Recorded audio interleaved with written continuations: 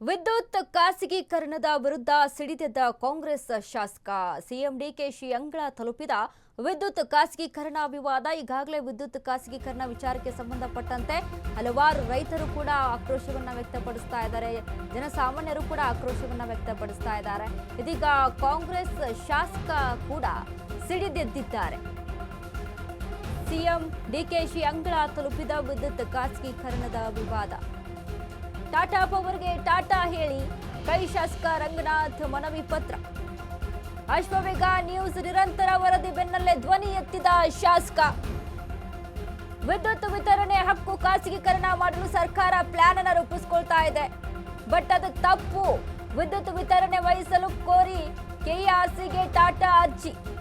ಆದ್ರೆ ಇದನ್ನ ತೀವ್ರವಾಗಿ ವಿರೋಧಿಸುತ್ತಿರುವಂತಹ ವಿದ್ಯುತ್ ನೌಕರರು. ರಾಜ್ಯದ ವಿವಿಧೆಡೆಗಳಲ್ಲಿ ಅನ್ನದಾತರಿಂದಲೂ ಕೂಡ ಪ್ರತಿಭಟನೆ ತೀವ್ರಗೊಂಡಿದೆ. ಈ ಬೆನ್ನಲ್ಲೇ ಸಿಎಂ ಡಿಕೆ ಶಿವಕುಮಾರ್ಗೆ ಕುಣಿಗಲ್ ರಂಗನಾಥ್ ಪತ್ರವನ್ನ ಬರೆದಿದ್ದಾರೆ.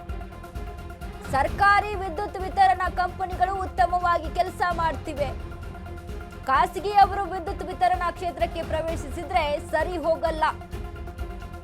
ನೌಕರರಿಗೆ, ಜನರಿಗೆ, ರೈತರಿಗೆ, ಕೈಗಾರಿಕಾ ಉದ್ಯಮಿಗಳಿಗೆ ಅನ್ಯಾಯ ಆಗುತ್ತೆ. ಖಾಸಗಿ ಕಂಪನಿಯವರ ಮೇಲೆ ಸರ್ಕಾರದ ನಿಯಂತ್ರಣ ಇರುವುದಿಲ್ಲ.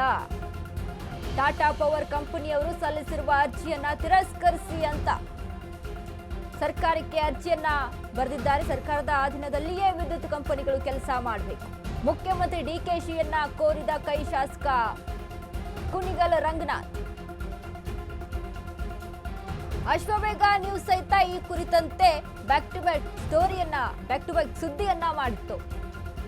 ಖಾಸಗೀಕರಣ, ವಿದ್ಯುತ್ ಖಾಸಗೀಕರಣ ಆದ್ರೆ ಖಾಸಗಿ ಕಂಪನಿಗಳ ಕೈ ಸೇರಿದ್ರೆ ಇದರಿಂದ ಆಗುವಂತ ಹೊಡೆತಗಳೇನು, ಎಲ್ಲೆಲ್ಲಿ ಪ್ರತಿಭಟನೆ ಆಗ್ತಾ ಇದೆ,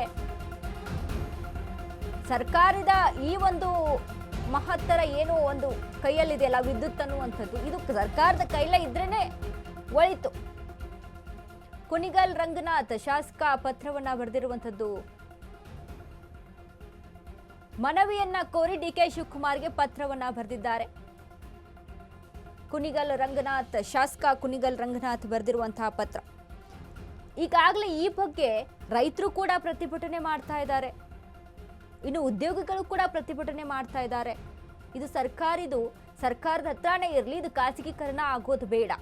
ಒಂದು ವೇಳೆ ಖಾಸಗೀಕರಣ ಆಯ್ತು ಅಂತ ಅಂದ್ರೆ ಅದರ ಮೇಲೆ ಹಿಡಿತಾ ಇರೋದಿಲ್ಲ ಸರ್ಕಾರಕ್ಕೆ. ಏನೇ ಸಮಸ್ಯೆ ಆಗ್ತಾ ಇದೆ, ಈಗ ನೋಡಿ ಏನು ಕರೆಂಟ್ ಇಲ್ಲ ಇಲ್ಲೇನೋ ಆಗಿದೆ ಅಂತ ಅಂದಾಗ ದಿಢೀರಂತ ಕಾಲ್ ಮಾಡ್ತೀವಿ, ಕೇಳ್ತೀವಿ. ಬಟ್ ಖಾಸಗಿ ಅವರು ಅದೇ ರೀತಿಯಾದಂಥ ರೆಸ್ಪಾನ್ಸ್ ಕೊಡ್ತಾರಾ ಜನರಿಗೆ? ಆಗುವಂತ ಸಮಸ್ಯೆಗಳು ಸರ್ಕಾರ ಸ್ಪಂದಿಸುತ್ತೆ, ಯಾಕಂದ್ರೆ ಪ್ರಜೆಗಳಿಗೋಸ್ಕರ ಇರುವಂತ ಸರ್ಕಾರ ಪ್ರಜೆಗಳ ಸಮಸ್ಯೆಗೆ ಸ್ಪಂದಿಸುತ್ತೆ. ಈಗಾಗಲೇ 200 ಯೂನಿಟ್ ಫ್ರೀ ಅಂತ ಏನು ಸರ್ಕಾರ ಹೇಳಿದೆ, ಇದರ ಒಂದು ಯೋಜನೆಯಲ್ಲಿ ಏನೆಲ್ಲ ಆಗಬಹುದು. ಇನ್ನು ಕರೆಂಟ್ ಬಿಲ್ನಲ್ಲಿ ಒಂದು ವೇಳೆ ಖಾಸಗೀಕರಣ ಆಯಿತು ಅಂತ ಅಂದಾಗ ಅಲ್ಲಿ ಕರೆಂಟ್ ಬಿಲ್ಗಳು ಕೂಡ ವ್ಯತ್ಯಾಸ ಆಗುವಂಥದ್ದು ಹೆಚ್ಚಾಗಿರುತ್ತೆ. ಇನ್ನು ರೈತರಿಗೆ ಸರಿಯಾಗಿ ಏನು ಕರೆಂಟ್ ಪೂರೈಕೆ ಆಗುತ್ತಲ್ಲ, ಇಷ್ಟು ಸಮಯದವರೆಗೆ ರೈತರಿಗೆ ಕರೆಂಟ್ ಬೇಕು, ಈ ತೋಟಗಳಲ್ಲಿ ಗದ್ದೆಗಳಲ್ಲಿ ನೀರು ಹಾಯಿಸುವಂಥದ್ದಾಗಿರ್ಬೋದು. ಇಲ್ಲಿ ಕರೆಂಟ್ ಅಂದರೆ ಒಂದು ಸಮಯ ಈ ರೈತರಿಗೆ ಅಂತ ಒಂದು ಕರೆಂಟ್ ನಿಗದಿ ಆಗಿರುತ್ತೆ. ಈ ಹಳ್ಳಿಗಳಲ್ಲೆಲ್ಲ ಕೂಡ ನಾವು ನೋಡಿದಾಗ ಲೈನ್ ಚೇಂಜ್ ಮಾಡಿದ್ದಾರೆ ಅಂತ ಎಲ್ಲ ಮಾತಾಡ್ಕೊಳ್ತಾ ಇರ್ತಾರೆ, ಅಲ್ಲಿ ರೈತರಿಗೂ ಕೂಡ ಅದು ಅನುಕೂಲ. ಬಟ್ ಖಾಸಗೀಕರಣ ಆಗಿಬಿಟ್ರೆ ಆಗುವಂಥ ಹೊಡೆತಗಳು ಹೆಚ್ಚು.